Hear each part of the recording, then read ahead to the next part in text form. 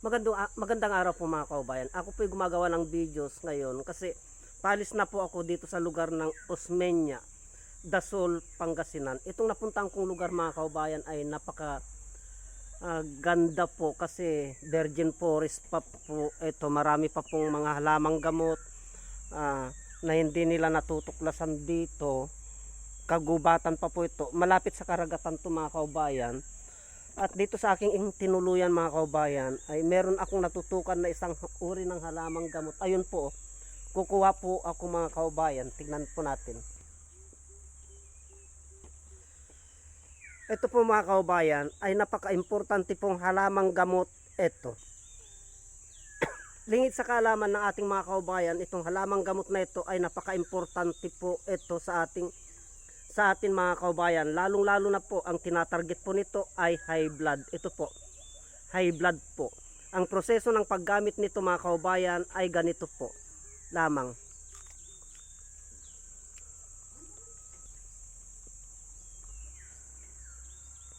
Pag ikaw po ay high blood, ay kakainin mo po lamang po ito. Bababa't bababa ang iyong dugo.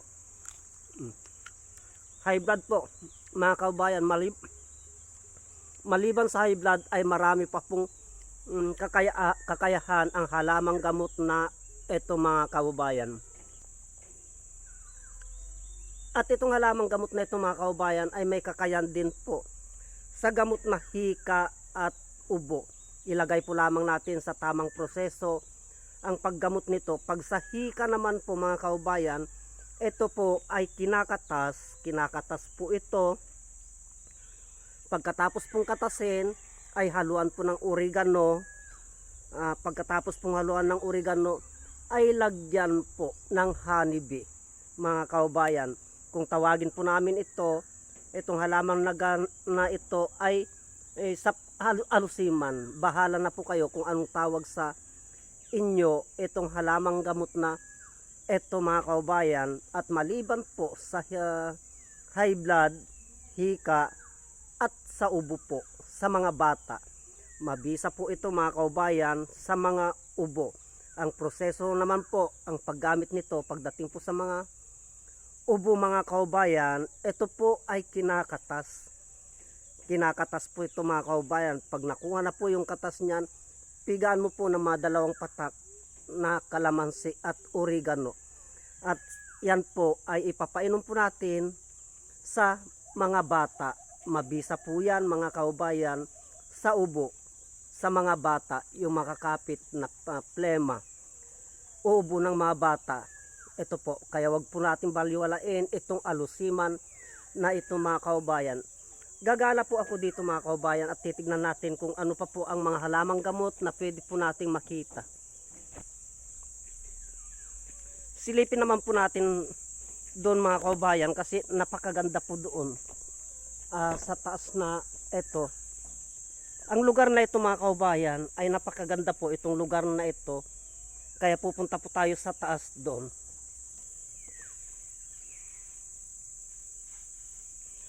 Napakaganda ng lugar na ito mga kaubayan. Napakaraming halamang gamot.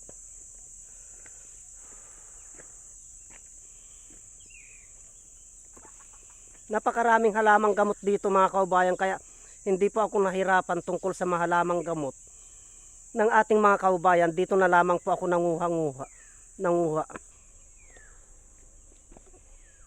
Medyo bundok po ito mga kaubayan. Bulubundukin po ito. Pero narito po ang magandang tanawin.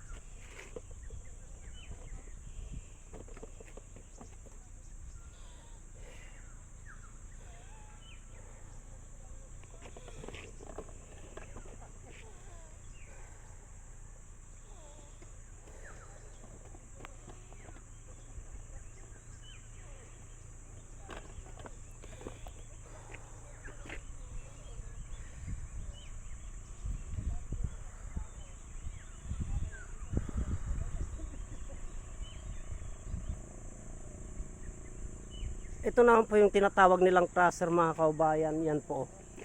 Crusher po yan mga kaubayan. Yung crusher na yan mga kaubayan,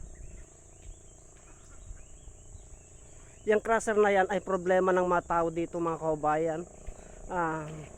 Irinireklamo ng mga tao dito yan kasi nagkakasakit po sila mga kaubayan. Ang alam po ng mga tao dito sa crusher na yan noon mga kaubayan, ang paalam po nila ay maganda po ang paalam nila. Hindi po nila alam na crusher. Nagulat na lamang po sila at nandyan na po yung mga truck na yan. Napakarami na pong truck. Ayun pala, gilingan na ng bato.